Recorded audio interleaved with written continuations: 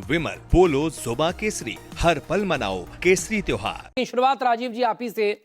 लगातार आप घूम रहे हैं एसआईआर के वक्त से बिहार को पहले फेज की बम्पर वोटिंग 65% वोटिंग के बाद अब कल दूसरे फेज की 122 विधानसभा सीटों पर वोटिंग होनी है।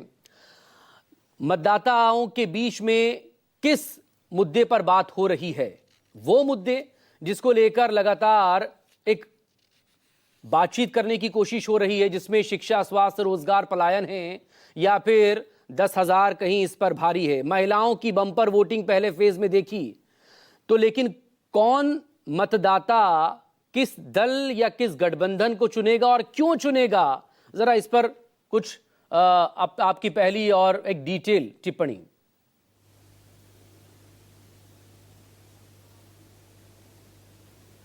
देखिए मकसूद, पहले चरण का मतदान ज्यादा हुआ, उसका बहुत बड़ा कारण करीब करीब 4% के आसपास एसआईआर है जो नाम कटे एसआईआर में, उसकी एक बड़ी वजह यह है। और दूसरे चरण का मतदान भी पिछली बार जो मतदान हुए थे उनसे उसका वोटिंग प्रतिशत ज़्यादा रहेगा, इसकी संभावना बहुत ज़्यादा है।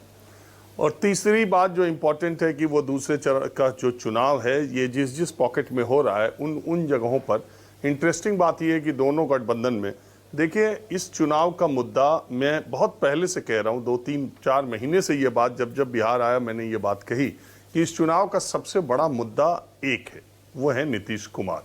नीतीश कुमार जाएंगे या नीतीश कुमार ने बिहार के लिए किया है उन्हें रहना चाहिए, ये सबसे बड़े मुद्दे के तौर पर इस चुनाव में उभर करके सामने आया। खास तौर पे तब जब नीतीश कुमार के सीएम फेस को लेके बीजेपी विद इन एनडीए थोड़ी सी अनिश्चितता दिखाई दी और तुरंत ही फिर इसके बाद बीजेपी ने क्लियर कर दिया कि नहीं, नीतीश ही चेहरा है।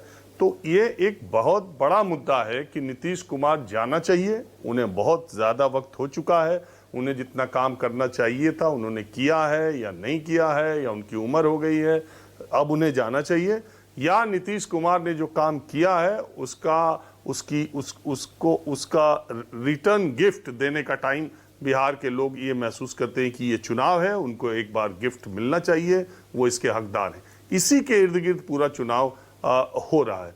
मकसूद, मैं आज दूसरे चरण के मतदान से पहले एक चीज़ आपको ये बता सकता हूँ कि आज सेकेंड फेज में जिन इलाके में वोटिंग हो रही है उन इलाकों में गठबंधन के साथियों का स्टेक, यानी चिराग पासवान का एनडीए में और मांझी का और उपेंद्र कुशवाहा का स्टेक इस इलाके में सबसे ज़्यादा है फर्स्ट फेज के मुकाबले। ठीक इसी तरह महागठबंधन में कांग्रेस का स्टेक ज़्यादा महागठबंधन में, और बहुत सीटें जो आधी के करीब सीटें ऐसी हैं सीपीआईएमएल की जो सीटें रही वो भी इस इलाके में वोटिंग होनी है सेकेंड फेज में। और इस चुनाव में एक बात तो सामने बिल्कुल आ रही है कि जहां तक एनडीए का सवाल है वहां पर एलजेपी, मांझी और उपेंद्र कुशवाहा ये कमजोर पिच पे खेलते दिखाई दे रहे हैं, यानी 40-41 सीटों पर एनडीए थोड़ी कमजोर पिच पर निश्चित तौर पर दिखाई दे रहा है खेलते हुए। और अगर आप महागठबंधन की बात करें तो कांग्रेस पार्टी सबसे कमजोर पिच पर दिखाई दे रही है, नतीजा चाहे जो भी हो। और बहुत बड़ी चुनौती कांग्रेस के पास ये है कि वो जितनी सीटें पिछली बार पाई थी उतनी को बरकरार रख पाएगी कि नहीं।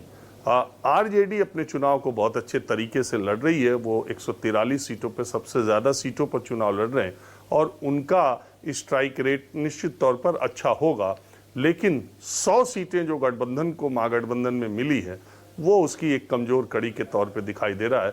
ठीक उसी तरह जैसे एनडीए में करीब करीब जो 41 सीटें सहयोगी दलों को दी गई है वो कमज़ोर कड़ी के तौर पर दिखाई दे रही है। एक महत्वपूर्ण बात यह है। दूसरी बात यह है कि मैंने कल भी यह बात कही थी कि दूसरे चरण के चुनाव में एमआईएम और जनसुराज एक बड़ा मुद्दा है और ये नतीजों का में हेर फेर करने में इनकी बहुत भूमिका हो सकती है।